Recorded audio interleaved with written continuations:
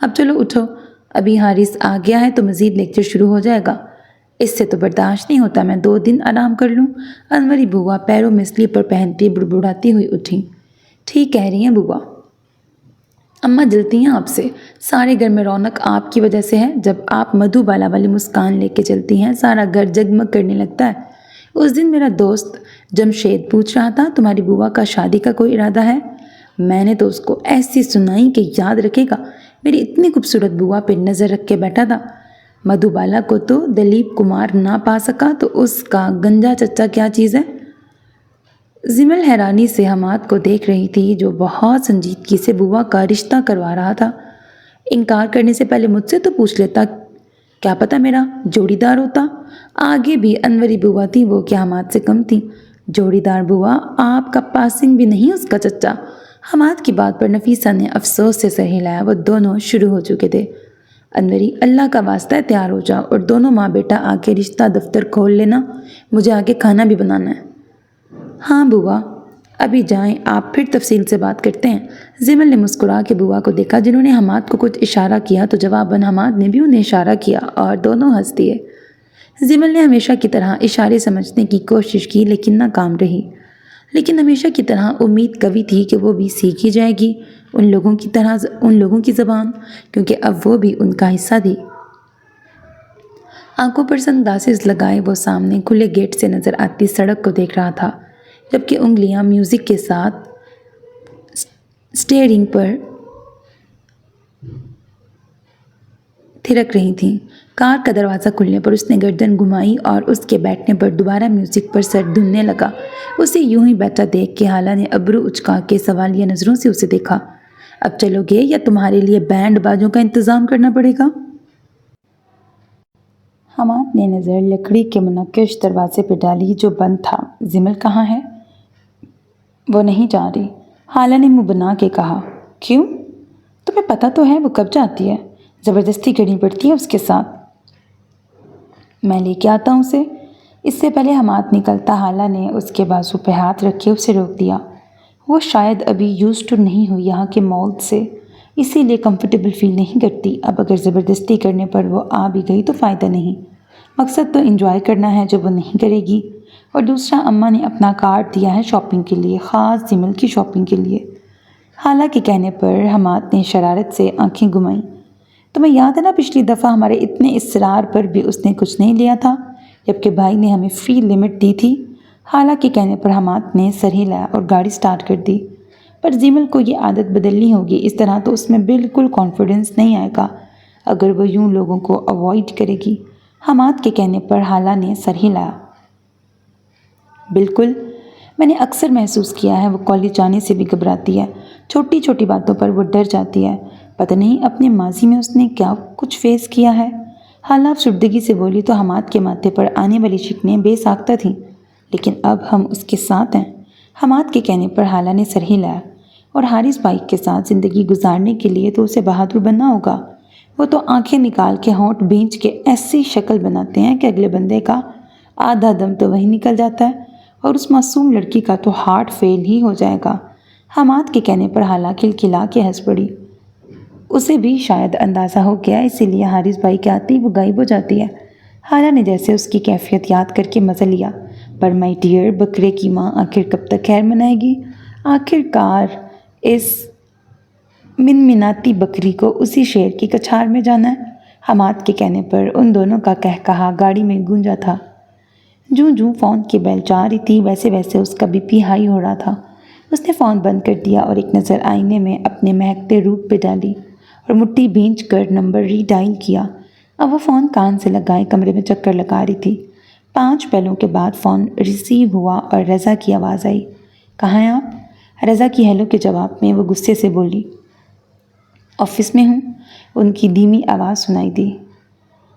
آپ کو صبح بھی یاد دلایا تھا، مجھے شاپنگ کے لیے جانا ہے، 1 گھنٹے سے انتظار کر رہی ہوں، نہ آپ آئے ہیں اور نہ ہی فون اٹھا رہے ہیں۔ یار مجبوری ہے، مجھے یاد ہی نہیں رہا، آج ایک کلائنٹ سے میٹنگ تھی، آفس آ کر یاد آیا، اب اس کے ساتھ مصروف ہوں، ٹائم لگے گا۔ میں کچھ نہیں جانتی رضا، مجھے شاپنگ پہ جانا ہے۔ اس کے ضدی انداز پر رضا نے گہرا سانس لیا۔ ہنی 1 دن ویٹ کر لو، کل میں خود لے جاؤں گا۔ وہ نرمی سے بولے۔ نہیں مجھے آج ہی جانا ہے، نہیں آ سکتے تو نہ آئیں، ڈرائیور کو بھیج دیں۔ ڈرائیور نہیں ہے، اس کے گھر کوئی ایمرجنسی ہو گئی تھی، اسے اپنی بیوی کو لے کے ہسپتال جانا تھا، تو میں نے ہی اس سے کہا تھا وہ میری گاڑی لے جائے۔ ان کی بات سن کے اشنا کا غصہ مزید بڑھا تھا۔ آپ کے نزدیک ہر انسان کی ویلیو ہے، ڈرائیور تک مجھ سے زیادہ اہم ہے۔ اپنی گاڑی ہونے کے باوجود میں یہاں بیٹھی گاڑی کے انتظار میں سڑ رہی ہوں، اور وہ نوکر ہو کر اپنی بیوی کو کار کی سیریں کروا رہا ہے۔ اشنا، رضا صاحب نے بڑی مشکل سے اپنا لہجہ دھیما رکھا تھا، حمید ہمارا بہت پرانا ڈرائیور ہے، میں نے اسے کبھی نوکر نہیں سمجھا، اور وہ اپنی بیوی کو سیریں نہیں کروا رہا، مجبوری میں میری کار لے کے گیا، اور وہ بھی میرے زور دینے پہ۔ اب ان کا لہجہ سخت ہو گیا تھا۔ اشنا نے ہونٹ بھینچ کے خود کو کچھ کہنے سے روکا۔ اس کی مسلسل خاموشی پر رضا صاحب نے اپنی کرسی پہ بیٹھے بیٹھے اس طرح بھی انداز میں پہلو بدلا۔ وہ جانتے تھے ان کی بیوی غصے میں ہے، اور خاموشی کا مطلب ناراضگی، اور اس کی ناراضگی وہ افورڈ نہیں کر سکتے تھے، کیونکہ اس کو منانے کے چکر میں اکثر ان کے اکاؤنٹ سے بھاری رقم جاتی تھی۔ اچھا میری جان، تم دل چھوٹا نہ کرو، تم نے شاپنگ کرنی ہے تو ٹھیک ہے، میں فائزہ سے کہتا ہوں تمہیں لے جائے گی۔ وہ جو سوچ رہی تھی کیسے اپنی ناراضگی ظاہر کرے، رضا صاحب کی بات پہ چونکی۔ فائزہ؟ اس نے ناک چڑھا کر اس کا نام لیا۔ لے ہی نہ جائے مجھے، وہ تنزیہ بولی۔ ایسے کیوں کہہ رہی ہو؟ اس کو کیا پرابلم ہو سکتی ہے؟ پرابلم تو خیر بہت ہے اسے مجھ سے، لیکن خیر آپ اس سے بات کر کے دیکھ لیں۔ اس نے مسکرا کر آئینے میں دیکھا اور فون بند کر دیا۔ وہ جانتی تھی فائزہ اسے پسند نہیں کرتی اور وہ ضرور انکار کرے گی، اور اس انکار کا بتنگڑ کیسے بنانا ہے وہ اچھی طرح جانتی تھی۔ چائے پیتے ہوئے وہ موبائل پر واٹس ایپ پہ آئے ہوئے میسیجز بھی پڑھ رہی تھی۔ سب سے زیادہ بونگے میسیجز ثانیہ کی طرف سے آئے تھے۔ وہ مسکراتے ہوئے اس کے میسیجز پڑھ رہی تھی جب اچانک اس کے موبائل پر رضا صاحب کی کال آنے لگی۔ اس نے حیران ہوتے ان کی کال اٹینڈ کی۔ السلام علیکم پاپا۔ جیتی رہو، اٹھ گئی تھیں یا میں نے نیند خراب کر دی تمہاری؟ ان کی بات پر وہ کھلکھلا کے ہنس پڑی۔ پاپا مذاق اڑا رہے ہیں میرا؟ ارے میری ایسی مجال، وہ شرارت سے بولے۔ میں جلدی اٹھ جاتی ہوں، وہ تو یونیورسٹی سے چھٹیاں ہیں تو اس لیے دیر ہو جاتی ہے۔ اچھا بابا، حساب کون مانگ رہا ہے؟ میری گڑیا جب چاہے جو چاہے کر سکتی ہے۔ ان کی بات پر وہ مان سے مسکرائی تھی۔ ابھی فری ہو؟ جی پاپا۔ تو بیٹا تم سے تھوڑی فیور چاہیے تھی۔ حکم کریں سر، وہ مذاق سے بولی۔ میں نے اشنا کو شاپنگ پہ لے جانے کا کہا تھا، پر اس وقت مجھے یاد نہیں رہا تھا کہ میری میٹنگ ہے، اور حمید کو اپنی بیوی کو ہاسپٹل لے کے جانا تھا، وہ بھی نہیں ہے۔ ابھی اشنا کا فون آیا تو میں نے تم سے پوچھے بغیر اسے کہہ دیا کہ تم اسے شاپنگ پہ لے جاؤ گی۔ ان کی بات پر مسکراتی فائزہ کے ہونٹ بھینچ گئے۔ ہیلو، اس کی خاموشی پر رضا صاحب زور سے بولے۔ جی پاپا، وہ بمشکل نارمل انداز میں بولی۔ تو پھر میں اسے کہوں کہ وہ ریڈی رہے؟ فائزہ نے گہرا سانس لیا۔ جی پاپا، ان سے کہہ دیں کہ نیچے آ جائیں، میں چینج کر لوں۔ تھینک یو بیٹا، وہ ممنون انداز میں بولے۔ ڈونٹ سے تھینک یو پاپا، میں آپ کی بیٹی ہوں، آپ مجھے کچھ بھی کہہ سکتے ہیں۔ لو یو میری گڑیا، کہہ کے انہوں نے فون بند کر دیا جبکہ وہ ہونٹ بھینچے کھڑی ہو گئی۔ فون بند کر کے کتنی دیر وہ ماتھے پہ بل ڈالے سامنے دروازے کو گھورتی رہی۔ اس لڑکی نے ایک بار پھر اس کے پلان پہ پانی پھیر دیا تھا۔ رضا سے اس کی شادی کو تقریباً 2 سال سے زائد کا عرصہ ہو گیا تھا۔ شروع میں شاید فائزہ کے لیے اس رشتے کو قبول کرنا مشکل تھا، تو وہ اشنا سے تو اکھڑی رہتی تھی، باپ سے بھی کلام نہیں کرتی تھی، لیکن وہ باپ بیٹی تھے، آخر میں ایک جان ہی ہو ہی گئے تھے۔ لیکن ان کے درمیان جو اجنبیت اور کڑواہٹ پہلے دن سے تھی، وہ ان کے درمیان اب بھی قائم تھی۔ فائزہ نے باپ کی خوشی کے لیے اسے قبول کر لیا تھا، لیکن اشنا رضا کی خاطر ایسا بھی نہیں کر سکی۔ فائزہ شروع سے ہی اس کی آنکھ میں کانٹے کی طرح چبھتی تھی۔ فائزہ اس کے کسی کام یا معاملے میں دخل نہیں دیتی تھی، پر اس کے باوجود اشنا کو اس سے خدا واسطے کا بیٹھ تھا۔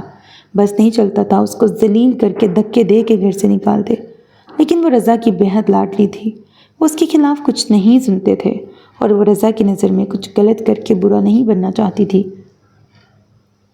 وہ چاہتی تھی کسی طرح فائزہ کو رضا کی نظروں میں گرا دے۔ یہ کام وہ کھلے عام نہیں کر سکتی تھی، اس لیے چھپ چھپ کے کرتی تھی، موقع محل دیکھ کر۔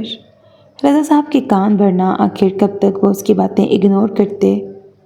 کبھی نہ کبھی تو وہ اپنے مقصد میں کامیاب ہوتی، اور اس سلسلے کی پہلی کڑی اس کی اپنی اولاد کی خواہش تھی۔ ایک اور اولاد ہو جاتی تو لازمی بات ہے رضا کا دھیان فائزہ سے زیادہ اس بچے پہ ہوتا، اور یہ مشورہ اسے اس کی بڑی بہن نے دیا تھا۔ ساری سوچوں کو جھٹک کر اس نے آئینے میں خود کو ایک بار دیکھا، ہونٹوں پہ لگی لپسٹک کو گہرا کیا، کرل کیے بالوں کو ہاتھوں سے ہلکا ہلکا سنوار کر کندھوں پہ پھیلایا، پرفیوم کا اچھا خاصا چھڑکاؤ کیا، بیڈ پر رکھے اپنے سنہری چین والے پرس کو کندھے پر لٹکایا اور لمبی ہیل پر ٹک ٹک کرتی سیڑھیاں اترنے لگی۔ دروازہ کھول کر پورچ میں آئی تو فائزہ ڈرائیونگ سیٹ پہ بیٹھی یقیناً اسی کا انتظار کر رہی تھی، جبکہ چوکیدار گیٹ کھولے کار نکلنے کا انتظار کر رہا تھا۔ اس کے بیٹھتے ہی فائزہ نے کار سٹارٹ کر دی۔ کہاں سے شاپنگ کرنی ہے آپ نے؟ کار کو مین روڈ پہ لاتے فائزہ نے اشنا سے پوچھا۔ میں تو مختلف جگہوں سے شاپنگ کرتی ہوں، آج چونکہ تم مجھے لے کے جا رہی ہو تو تمہاری پسند کی جگہ سے شاپنگ کر لیتے ہیں، وہ عادتاً بالوں میں ہاتھ پھیرتے ہوئے بولی۔ میری اور آپ کی پسند میں بہت فرق ہے، اس لیے آپ وہیں سے شاپنگ کریں جہاں سے آپ کو پسند ہے۔ اشنا نے گردن گھما کے فائزہ کو دیکھا جو سنجیدگی سے گاڑی چلا رہی تھی۔ اس کے چہرے سے وہ اندازہ نہیں لگا سکی اس نے واقعی اسے مشورہ دیا ہے یا طنز کیا ہے۔ سر جھٹک کر قریب ترین واقع مال کا نام لیا۔ کار پارک کر کے وہ دونوں مال کے اندر داخل ہوئیں۔ یہ کوئی چوتھی دکان تھی جہاں بے مقصد گھومنے اور سیلز مین کا دماغ خراب کرنے کے بعد وہ خالی ہاتھ باہر آئی اور اس کے پیچھے خود پہ ضبط کرتی فائزہ آئی تھی۔ پتہ نہیں اسے کچھ لینا بھی تھا یا نہیں، کیونکہ فی الحال تو وہ صرف اسے پریشان کر رہی تھی۔ وہ 5ویں دکان میں گھسی تو فائزہ اندر جانے کے بجائے باہر والے ریک کے قریب لگے ہینڈ میڈ کلچ دیکھنے لگی۔ جیولری کاؤنٹر پہ کھڑی اشنا نے دل جلاتی مسکراہٹ ہونٹوں پر سجا کر فائزہ کو دیکھا اور اگلے ہی پل اس کی مسکراہٹ سکڑ گئی۔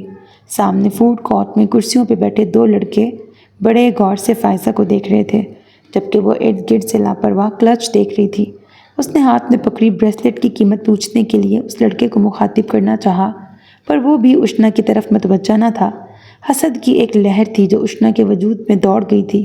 اس نے ایک بار پھر فائزہ کو دیکھا جو ڈھیلے ڈھالے ٹراؤزر پر گھٹنوں تک آتی کرتی پر سٹولر کو گردن کے دونوں اطراف سے لپیٹ کر اس کے سرے سینے پر پھیلائے ہوئے گھنے بالوں کی اونچی سی پونی ٹیل بنائی ہوئی تھی۔ چہرہ میک اپ سے بے نیاز تھا۔ اس سادگی اور بے نیازی کے ساتھ وہ واقعی نمایاں ہو رہی تھی۔ اس نے بے اختیار سامنے لگے آئینے میں خود کو دیکھا۔ سلیقے سے کیے میک اپ نے اس کے تیکھے نقوش کو اور نکھار دیا تھا۔ ٹائٹ جینز پر فٹنگ والی شرٹ اس کے متناسب سراپے پہ بہت جچ رہی تھی، لیکن اس کے باوجود وہ ینگ اور ہینڈسم لڑکے اس کے بجائے فائزہ کو دیکھ رہے تھے۔ یہ نہیں کہ اس کو آتے جاتے مردوں نے نہیں دیکھا تھا بلکہ ایکس رے کرتی نظروں سے دیکھا تھا، کیونکہ دعوت نظارہ دینے والا لباس تو اس نے خود پہنا تھا، لیکن ان نظروں میں ہوس تھی، گندگی تھی، جبکہ جو نظریں فائزہ پر تھیں ان میں پسندیدگی تھی۔ جب سے اس کی شادی رضا سے ہوئی تھی، امیر بننے اور لگنے کی کوشش میں اس نے سراپا خود کو بدل ڈالا تھا۔ چادر جو اس کی غربت کی ساتھی تھی، امیر بنتے ہی سب سے پہلے اس نے اس کو اتارا تھا۔ وہ پارلر میں ہزاروں خود پہ خرچ کرتی تھی۔ وقت گزرنے کے ساتھ ساتھ وہ ستائش اور تعریف کی مزید بھوکی ہوتی جا رہی تھی۔ اس نے دل ملاتے ہوئے بریسلٹ کاؤنٹر پہ پٹکا تو سیلز بوائے نے ہڑبڑا کے اسے دیکھا۔ کام پہ تمہارا دھیان نہیں؟ کروں تمہارے آنر سے کمپلین؟ اس نے ابرو اچکا کے اسے دھمکی دی تو وہ مزید گھبرا گیا۔ سوری میم، میرا دھیان آپ کی طرف ہی تھا۔ یہ بریسلٹ آپ کی خوبصورت ہاتھوں میں بہت اچھا لگ رہا ہے، لیکن میری نظر میں ایک اور ہے، میں آپ کو بتاتا ہوں۔ وہ اب دوسرا بریسلٹ نکال رہا تھا۔ فائزہ نے اکتا کر اندر نظر ڈالی جہاں اشنا جیولری کاؤنٹر پہ کھڑی جیولری دیکھ رہی تھی۔ اس نے موبائل نکال کر ٹائم دیکھا، 1.5 گھنٹہ ہو گیا تھا فضول مٹر گشتی کرتے ہوئے۔ اس سے پہلے وہ اندر جا کے اشنا کو باہر نکالتی اپنے نام کی پکار اور جانی پہچانی آواز پر وہ حیرت سے مڑی اور حالہ کو دیکھ کے وہ بے ساختہ اس کی جانب بڑھی اور گلے لگ گئی۔ میں بتا نہیں سکتی تمہیں دیکھ کے کتنی خوشی ہو رہی ہے، وہ اسی طرح اس کو بازو کے گہرے میں لیے پرجوش انداز میں بولی، جبکہ اس کے جذباتی انداز پر حالہ جھیم کے مسکرائی، کیونکہ ارد گرد آتے جاتے لوگ بھی انہیں دیکھنے لگے تھے۔ مجھے پتہ چل گیا ہے، مجھے دیکھ کے تمہیں بہت خوشی ہوئی ہے، پر اب مجھے چھوڑ دو، سب دیکھ رہے ہیں۔ حالہ نے دھیرے سے اس کے کان میں سرگوشی کی تو وہ ایک دم سنبھلی، پھر سیدھی ہوئی اور کھسیا کے ارد گرد نظر ڈالی۔ تبھی اس کی نظر حالہ کے پیچھے خود کو گھورتے حماد پہ پڑی۔ اس کی نظروں میں ناگواری محسوس کر کے اس نے بے ساختہ انداز میں نظروں کا زاویہ بدلا۔ سوری یار، میں کچھ زیادہ ہی جذباتی ہو گئی۔ وہ اب اشتیاق سے حالہ کا براؤن سکارف میں لپٹا خوبصورت چہرہ دیکھ رہی تھی۔ اکیلی آئی ہو؟ حالہ نے اس کے ارد گرد دیکھ کر پوچھا تو فائزہ نے سر نفی میں ہلایا اور درزیدہ نظروں سے دکان کے اندر دیکھا اور پھر حالہ کی طرف دیکھا تو نظر پیچھے کھڑے بندے سے ٹکرا کے واپس آئی۔ تم یہاں کیا کر رہی ہو؟ پیچھے کھڑے بندے کی نظروں سے کنفیوز ہو کے اس نے پھر ایک بونگا سا سوال کر دیا۔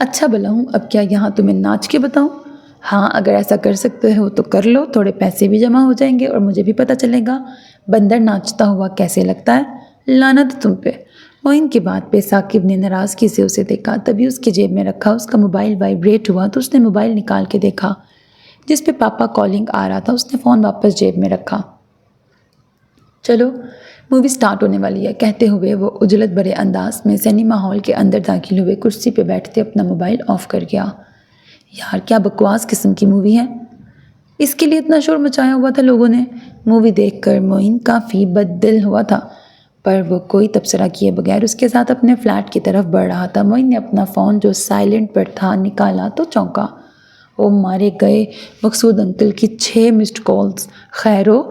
اس نے پریشانی سے ثاقب کی طرف دیکھا جو اس کے برعکس مطمئن تھا۔ کال بیک کر کے پوچھ لو، مشورہ دے کر وہ پھر چلنے لگا، جبکہ معین نے حیرت سے اس کا ٹھنڈا انداز دیکھا۔ دوسری بیل پر فون اٹھا لیا گیا۔ السلام علیکم انکل۔ وعلیکم السلام، کہاں ہو تم؟ ان کی سنجیدہ آواز پہ اس نے تھوک نگلا اور اس کا جواب سنے بغیر اگلا سوال کر دیا، ثاقب کہاں ہے؟ میرے ساتھ ہے انکل۔ وہ تیز تیز قدم اٹھاتا ثاقب کے ہم قدم ہوا۔ 1 گھنٹہ ہو گیا مجھے فون کرتے، ثاقب کا فون بن جا رہا ہے اور تم فون پک نہیں کر رہے تھے، کیا ہو رہا ہے؟ پریشانی کی وجہ سے ان کا لہجہ غصیلا ہو گیا تھا۔ انکل لائٹ گئی ہوئی تھی تو ثاقب اپنا فون چارج نہیں کر سکا۔ معین کے جھوٹ پر ثاقب مسکرایا تو معین نے غصے سے آنکھیں نکال کے اسے گھورا۔ اس کو فون دو۔ جی۔ معین نے جلدی سے فون اس کی طرف بڑھایا۔ السلام علیکم پاپا۔ وعلیکم السلام، اتنے فون کیے تمہیں، تمہارا فون بن جا رہا تھا، میں پریشان ہو گیا تھا۔ سوری پاپا، مجھے آئیڈیا نہیں تھا کہ آپ کا فون آئے گا۔ آپ اتنی کالز کر رہے تھے، خیریت تھی؟ ہاں خیریت تھی، ویسے ہی کال کی تھی، کال ملی نہیں تو پریشان ہو گیا۔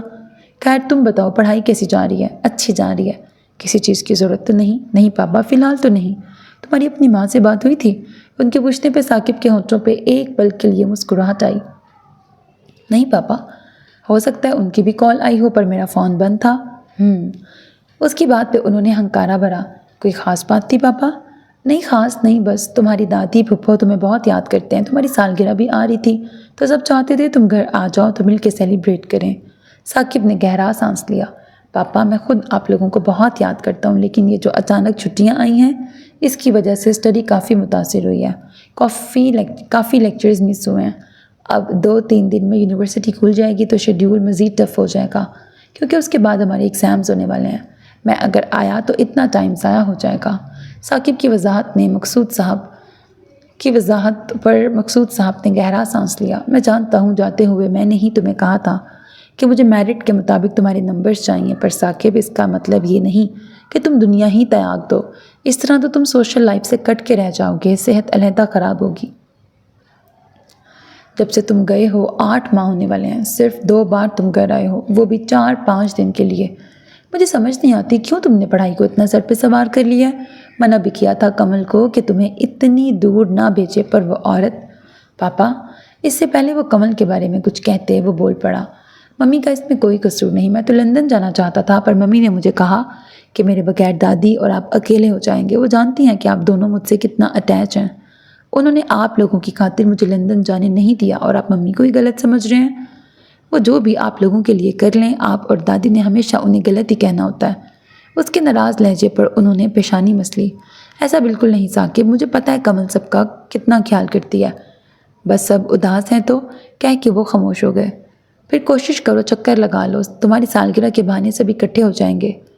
یہاں سالگرہ کے بہانے مجھے بلی کا بکرا بنا دیں۔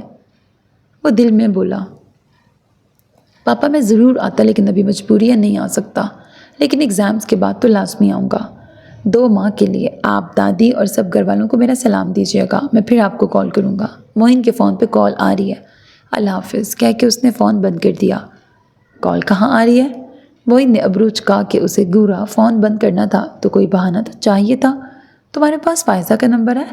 ثاقب کے سوال پر معین نے چونک کے اسے دیکھا۔ فائزہ کیوں؟ اس نے آنکھیں سگڑی۔ کہیں تم حالہ سے مایوس ہو کہ اب فائزہ پہ ڈورے ڈالنے کا تو نہیں سوچ رہے؟ معین کی بات پہ اس نے افسوس سے سر ہلایا۔ جب بھی بات کرنا منحوس ہی بات کرنا۔ میں حالہ سے کہیں باہر ملنا چاہتا ہوں اور میری سالگرہ سے اچھا موقع اور کیا ہو سکتا ہے؟ اور تجھے لگتا ہے حالہ آئے گی؟ معین نے اب سنجیدگی سے پوچھا۔ میں جانتا ہوں مشکل ہے، اسی لیے تو فائزہ سے بات کرنا چاہتا ہوں، وہ لڑکی انڈرسٹینڈ کرے گی اور اسے اندازہ ہے میں حالہ کے لیے سیریس ہوں، صرف وہی حالہ کو کنونس کر سکتی ہے۔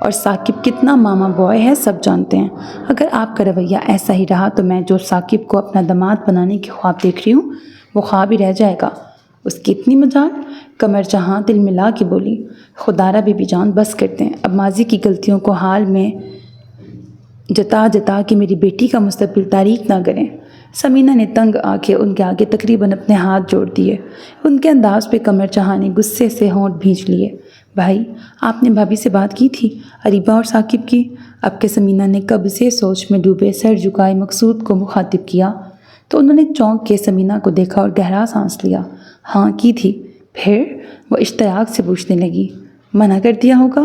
مقصود کو خاموش دیکھ کے قمر جہاں بولی تو سمینہ نے یوں سر جھٹکا جیسے کہہ رہی ہو کہ ان کا کچھ نہیں ہو سکتا۔ نہیں، اس نے منع نہیں کیا، اس نے کہا میرے لیے اریبہ اور امیرہ دونوں کنزا کی طرح ہیں۔ ثاقب نے زندگی گزارنی ہے، اسے جو پسند ہوگی وہی اس کی پسند ہوگی۔ ان کی بات پہ سمینہ اور قمر جہاں دونوں نے گہرا سانس لیا۔ تھوڑی دیر بعد خاموشی میں قمر جہاں کی آواز گونجی۔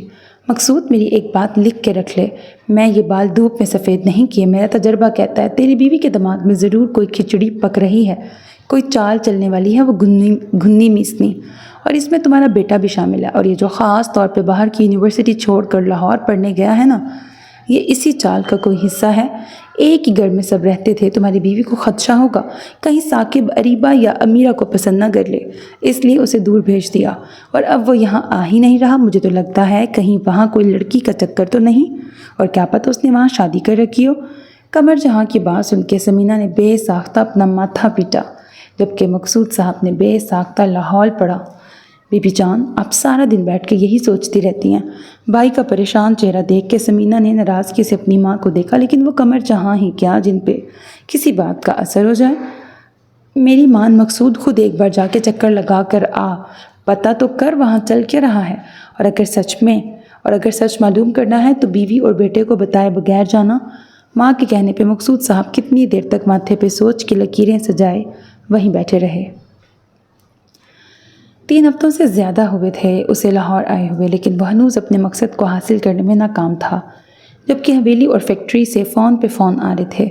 یہ پہلی دفعہ تھا کہ 3 ہفتوں سے گھر نہیں جا سکا، اور فیکٹری کے کتنے کام ادھورے تھے، حتیٰ کہ دوستوں کی محفلیں اور پینا پلانا سب بھولا ہوا تھا۔ یاد تھا تو بس جمل کو حاصل کرنا، اگر اسے حاصل کرنا ہی ہوتا تو اسے اغوا کروا چکا ہوتا۔ یہ اس کے لیے اتنا مشکل نہ تھا جب وہ وحید اصغر کے پاس تھی، پر اب اس کی ایک جھلک بھی دیکھنا مشکل لگتی تھی۔ وہ اسے نکاح کرنا چاہتا تھا، مناسب طریقے سے اس تک پہنچنا چاہتا تھا، لیکن ابھی تک وہ راستہ نہیں مل سکا تھا۔ اس نے گہرا سانس لے کے گردن ساتھ بیٹھے نبیل کی طرف گھمائی۔ تمہارا کام کہاں تک پہنچا؟ نبیل جو کھڑکی سے باہر دیکھ رہا تھا چونک کے اس کی طرف گھما۔ سر، کافی انفارمیشن مل چکی ہے، لیکن صرف پروفیشنل لیول پر، ان کے پرسنل لائف کی اتنی انفارمیشن نہیں مل سکی۔ غلام عباس کے بیٹے کیا کرتے ہیں؟ کیا ان کی کوئی مشکوک سرگرمی نہیں؟ سر، کوئی ایسی سرگرمی کی خبر نہیں ملی جسے ایک ویک پوائنٹ کے طور پہ استعمال کیا جا سکے۔ کلب وغیرہ میں وہ نہیں جاتے، حتیٰ کہ کسی کی کوئی گرل فرینڈ کے بارے میں بھی نہیں سنا۔ سردار نے ابرو اچکائے۔ اتنے پارسا؟ وہ طنزیہ مسکرایا۔ نبیل، ایسا ہو تو نہیں سکتا، امیر بندہ ہو اور عیاشی نہ کرے، میں نہیں مانتا۔ اس نے سر نفی میں ہلایا۔ ہو سکتا ہے سر، لیکن اگر ایسا ہے بھی تو پھر چھپا ہے، کیونکہ منظر عام پر تو وہ سنگل ہیں۔ تمہارا مطلب ہے کہ وہ جو وحید کی بیوی کہہ رہی تھی کہ غلام عباس کے کسی بیٹے سے اس کی منگنی ہوئی ہے، تو کیا وہ جھوٹ تھا؟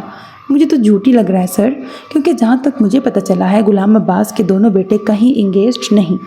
اور تمہارا سورس آف انفارمیشن کیا ہے؟ ان کے آفس کے لوگ؟ سردار نے ہنکارا بھرا۔ یہ وحید گھٹیا آدمی اس وقت سے مجھے دھوکہ ہی دے رہا ہے، اور اب یقیناً اس کی نیت بدل گئی ہے، کہیں سے اسے زیادہ پیسے مل رہے ہوں گے۔ اگر مجھے زمل نہ ملی تو وحید کو گولی تو میں اپنے ہاتھوں سے ماروں گا۔ غصے سے اس کے چہرے کا رنگ بدل گیا تھا۔ سر، بڑی بیگم صاحبہ اور بڑے سردار کے بار بار مجھے فون آ رہے ہیں، انہیں کیا جواب دوں؟ نبیل نے ذرا جھجک کے اسے بتایا۔ میں جا رہا ہوں آج حویلی، کچھ دن وہیں رکوں گا۔ فیکٹری اور زمینوں کے بھی کتنے کام رکے ہیں، پتہ نہیں کتنے دن لگ جائیں، تو مجھے فائنل بتاؤ کتنے دن میں مجھے فائنل رزلٹ ملے گا؟ سردار کے انداز پر نبیل جیسے الرٹ ہوا۔ سر، مجھے بس 10 دن دے دیں۔ 10 دن کا مطلب 10 دن، ایک دن بھی زیادہ ہوا نا نبیل تو تم مجھے جانتے ہو۔ جی سر، نبیل تابیداری سے بولا۔ زمل جس کالج میں جاتی ہے اس کی کوئی دوست ہے تو اس کا پتہ کراؤ، کتنے بجے کالج جاتی ہے اور کتنے بجے گھر آتی ہے، اس کے علاوہ اور کہاں جاتی ہے، سب کی تفصیل مجھے مل جانی چاہیے، کیونکہ واپس آ کے میں سب سے پہلے اس کو دیکھنا چاہتا ہوں۔ جی سر، نبیل ایک بار پھر تابیداری سے بولا تو سردار نے سن گلاسز آنکھوں پہ لگا لیے اور نظریں باہر سڑک پہ دوڑتی ٹریفک پہ ٹکا دیں۔ نبیل کے موبائل کی بیپ بجی اور موبائل پر نظر آنے والا نمبر دیکھ کے اس نے گھبرا کے سردار کی طرف دیکھا اور اگلے ہی پل وہ فون سائلنٹ پہ کر کے جیب میں ڈال گیا اور دوبارہ نظر سردار پہ ڈالی، لیکن وہ خیالوں میں ڈوبا، اس سے لا تعلق باہر دیکھنے میں مصروف تھا۔ نبیل نے بے ساختہ گہرا سانس لیا۔ کمپیوٹر اسکرین کے آگے بیٹھی وہ بے چینی سے گھڑی کی طرف دیکھ رہی تھی۔ وقت تھا کہ آج گزر ہی نہیں رہا تھا۔ اس کے ڈیوٹی آورز ختم ہونے میں 15 منٹ باقی تھے اور ہیلن ابھی تک نہیں آئی تھی۔ دروازہ کھلنے کی مخصوص گھنٹی بجی تو اس نے بیزاری سے سامنے دیکھا اور سامنے سے آتی ادھیڑ عمر عورت کو دیکھ کر اس کی بیزاری مزید بڑھ گئی، لیکن اس کی جاب کا تقاضا تھا کہ اسے ہر وقت چہرے پہ مسکراہٹ رکھنی تھی۔ اس عورت کی پرسکرپشن لے کر اس نے کی بورڈ پہ انگلیاں چلاتے اس کا انشورنس نمبر ڈالا جو ایکسپائر تھا۔ اس نے کار اس کی طرف دھکیلتے اسے بتایا کہ اس کی انشورنس ختم ہو چکی ہے، لیکن وہ بضد تھی کہ اسے کوئی غلط فہمی ہوئی ہے۔ فارمیسی کا مالک جو اپنے کیبن سے دیکھ رہا تھا اٹھ کے اس تک آیا اور پوچھا معاملہ کیا ہے۔ اس نے بتایا کہ اس عورت کی انشورنس ختم ہے، اسے ابھی دوائیاں بھی چاہیے لیکن وہ پے بھی نہیں کر رہی۔ فارمیسی کا مالک کاؤنٹر سے باہر گیا، اس بوڑھی انگریز کو صوفے پہ بٹھا کے پیار سے سمجھایا۔ سمجھ پہ آنے پر وہ پریشان ہوئی، لیکن عروج کو اس کی پریشانی سے کوئی سروکار نہیں تھا۔ یہاں آئے روز کئی ایسے ڈرامے ہوتے تھے۔ ہیلن کے آنے پہ اس نے سکون کا سانس لیا اور اسے چارج دے کر وہ تیزی سے واش روم کی طرف بڑھی۔ اندر داخل ہوتے ہی اس نے اپنا لیب کوٹ اتارا اور گلے میں لٹکتا نیم کارڈ اٹھا کر کوٹ کو ہینگ کیا اور اپنا باقی سامان سٹاف لاکر میں رکھا۔ ربن والے نیم کارڈ کو ہینڈ بیگ میں ڈالا اور دوبارہ واش روم میں آ کے اچھی طرح فیس واش سے منہ دھو کے ٹشو سے خشک کیا۔ ہینڈ بیگ سے لوشن، بیس، مسکارا، لپسٹک نکالی، چہرے پہ اچھی طرح بیس بنا کے بلش آن لگایا، مسکارے کا ڈبل کوٹ لگا کے لائنر لگایا۔ ابھی وہ آنکھوں کو کھول بند کر کے لائنر کی موٹائی چیک کر رہی تھی جب اس کی کولیگ جس سے اس کی دوستی بھی تھی واش روم میں داخل ہوئی اور اس کی تیاری دیکھ کے سیٹی بجائی۔ کیا بات ہے، آج کل بڑا تیار ہو کے واپس جاتی ہو، کہیں بس میں کوئی خاص بندہ تو نہیں ملتا؟ میناکشی کی بات پر وہ کھلکھلا کے ہنس پڑی۔ وہ بس والا نہیں کار والا ہے، کہہ کے اس نے لپسٹک کے دونوں شیڈز چیک کیے۔ گاڑی والا؟ میناکشی نے آنکھیں گھمائیں۔ بوائے فرینڈ ہے؟ وہ اب اشتیاق سے اسے دیکھ رہی تھی جو اپنے ہونٹوں کو پنک لپسٹک سے سجا رہی تھی۔ کہہ سکتے ہیں۔ اس نے دونوں ہونٹوں کو ملا کر لپسٹک کو بیلنس کیا۔ کرنا کیا ہے؟ میناکشی نے سلیب سے ٹیک لگا کے پوچھا۔ بزنس ہے اپنا، فلیٹ ہے اپنا۔ اچھا، کرتا کیا ہے؟ میناکشی نے سلیب سے ٹیک لگا کے پوچھا۔ بزنس ہے اپنا، فلیٹ ہے اپنا۔ اچھا، میناکشی نے متاثر ہو کے کہا۔ تمہیں یہاں آئے 3 مہینے ہوئے ہیں، آدھا دن جاب پہ گزر جاتا ہے، تو اتنے تھوڑے وقت میں اتنا امیر بندہ ملا کیسے؟ میرے کزن کا دوست ہے۔ وہ اب اپنے ہینڈ بیگ سے چھوٹا سا پرفیوم نکال رہی تھی۔ وہ تمہیں پسند کرتا ہے؟ میناکشی نے غور سے اس کے نقوش دیکھے تو اس نے مسکراتے ہوئے میناکشی کو دیکھا۔ کیا تمہیں لگتا ہے کوئی مجھے ناپسند کر سکتا ہے؟